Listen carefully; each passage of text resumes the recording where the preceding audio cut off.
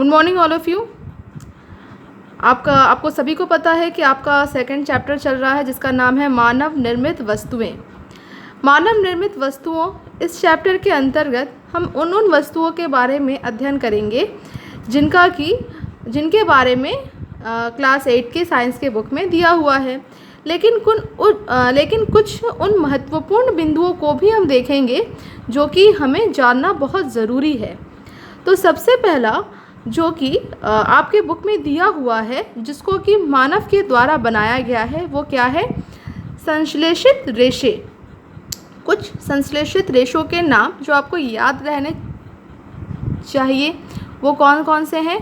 Nylon, polyester, Dacron, rayon आदि मानव निर्मित रेशे हैं। आप सभी को पता है कि नायलॉन, पॉलिएस्टर और रेयॉन ये सब क्या है? मानव निर्मित रेशे हैं। और इनको बनाया कैसे जाता है? तो बहुत से जो रेशे होते हैं उनको पेट्रोलियम पदार्थ से प्राप्त किया जाता है। अब मोस्ट इम्पॉर्टेंट बात जो कि आपके बुक में नहीं लिखा है, प्रथम मानव निर्मित रेशा कौन सा था? रेयॉन था। अच्छा, यहाँ पे कुछ बातें हैं जो कि आपको जाननी चाहिए। कृत्रिम ढंग से सूत मतलब जो फाइबर है निर्माण करने का विचार सर्वप्रथम रॉबर्ट हुक के दिमाग में आया था। इसका उल्लेख उन्होंने 1664 में माइक्रोग्राफिया में किया था।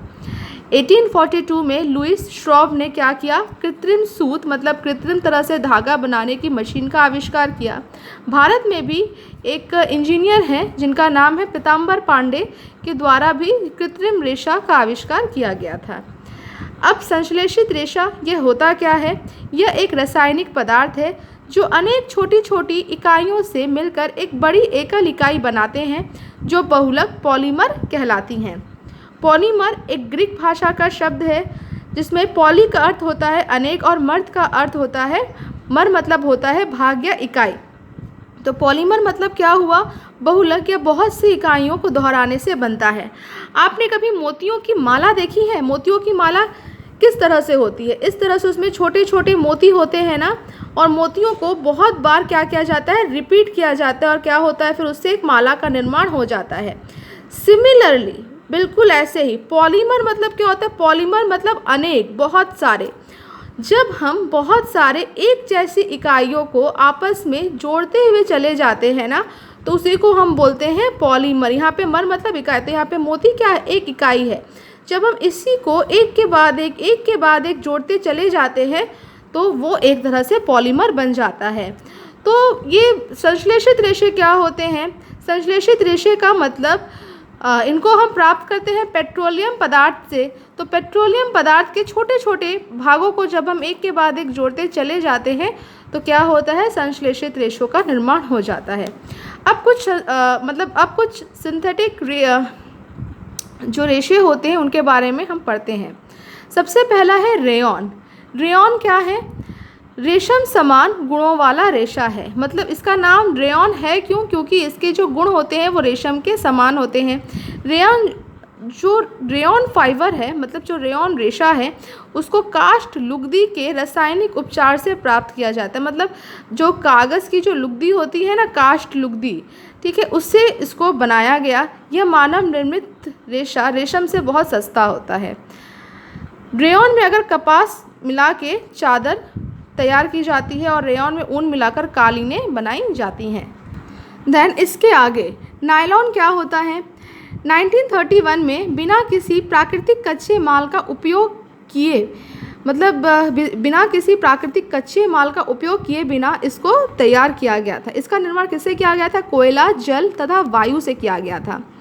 यह प्रथम पूर्ण रूप से संश्लेषित रेशा था।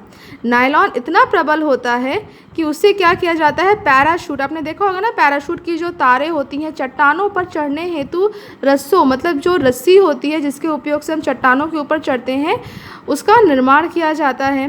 एक नायलॉन का जो तार होता है वो इस्पात के तार से भी अधिक प्रबल होता है ना? इंटरेस्टिंग बात। ठीक, आगे पढ़ते हैं। जो तीसरा संश्लेषित रेशा है, तीसरा और चौथा, पॉलिएस्टर और एक्रिलिक। पॉलिएस्टर क्या है? पॉलिएस्टर से बने कपड़े आसानी से मतलब उसमें सिलवटें नहीं पड़ती हैं, मतलब उनको आपको बार बार प्रेस करने की ज़रूरत नहीं पड़ेगी। यह सपाट रहता है। टेरिलिन एक लोकप्रिय पॉलिएस्टर है। पीईटी पॉलीएथिलीन टरथैलेट एक पॉलिएस्टर है। इसका उपयोग बोतलें, बर्तन, फिल्म, तार, अन्य बहुत से उपयोगी उत्पाद के निर्माण हेतु किया जाता है। पॉलिएस्टर पॉली प्लस एस्टर एक रसायन जो एस्टर कहलाता है। एस्टर वे रसायन हैं जो फलों को उनकी गंध प्रदान करते हैं। मतलब जो भी फ्रूट होते हैं ना, फ्रूट में जो स्मेल होती है वो किसके वजह से होती है? एस्टर नामक रसायन की वजह से होती है। इससे निर्मित कपड़े पॉलीकॉट, पॉलीवुल, टेरिकॉट आदि नाम से बेचे जाते हैं। आपने सुना होगा पॉलीकॉट, अगर कोई दुकानदार पॉलीकॉट कपड़ा आपको बेचता है तो वो पॉलीएस्टर और कपास, कॉट से क्या होता है? कॉटन होता है ना, तो कपास से मिलकर उसको बनाया जाता है। पॉलीवुल पॉलीएस्टर प्लस ऊन रहता है उसमें। एक्रेलिक ये ऊन के सदृश होते हैं। तो ये तो हो गया कि जो संश्लेषित रेशे होते हैं वो कौन कौन से हैं, उनकी उपयोगिता, ढेर सारी उपयोगिता है उनकी, लेकिन कुछ नुकसान भी है। उन नुकसान के बारे में अब हम देख लेते हैं। जो संश्लेषित रेशे होते हैं गर्म करने पर पिघल जाते हैं। यह संश्लेषित रेशों का एक हानिकारक गुण है। यदि वस्त्रों में आग लग जाती है तो यह बहुत आपदाजनक हो सकता है। कपड़ा पिघल जाता है और पहनने वाले व्यक्ति के शरीर से चिपक जाता है। इसीलिए आपने देखा होगा कि अक्सर लोग किचन वगैरह में जो काम करते हैं, मतलब हमारी मम्मियाँ जो हैं वो क्या करती हैं, वो हमेशा कॉटन के कपड़े पहनना ही ज़्यादा वो कॉटन के कपड़े ही वो पहनना चाहती हैं। क्यों? क्योंकि जो भी ये पॉलिएस्टर है, एक्रिलिक है, नायलॉन है या रेयॉन है, ये बहुत जल्दी आग पकड़ लेंगी और अगर आग पकड़ लेती हैं तो ये पिघलने लगती हैं और शरीर से चिपक जाती हैं। लेकिन फिर भी इनके उपयोग बहुत ज़्यादा हैं। वो भी जो इनके उपयोग हैं उनके भी बारे में मैंने आपको बताया। तो आई होप ये पूरा टॉपिक आपको क्लियर हुआ होगा कि फर्स्ट ऑफ ऑल मानव निर्मित वस्तुओं में जो संश्लेषित रेशे हैं वो कौन कौन से हैं, इनकी क्या उपयोगिता है, इनके क्या नुकसान हैं। ठीक, यहाँ पे एक पॉइंट है उसको भी मैं आपको क्लियर कर देना चाहती हूँ। सभी संश्लेषित रेशे पेट्रोलियम मूल के कच्चे माल जो पेट्रो रसायन कहलाते हैं से विविध प्रक्रमों द्वारा तैयार किए जाते हैं। तो अगर कोई आपसे पूछे कि संश्लेषित रेशे हैं क्या, तो आप उनको बताना कि ये पेट्रो रसायन से तैयार किए जाते हैं। पेट्रोलियम बहुत अच्छी चीज़ होती है, उसमें से बहुत कुछ निकलता है, उसके भी बारे में हम ज़रूर पढ़ेंगे आगे। तो आई होप आपको आज का लेक्चर समझ में आया होगा। Thank you.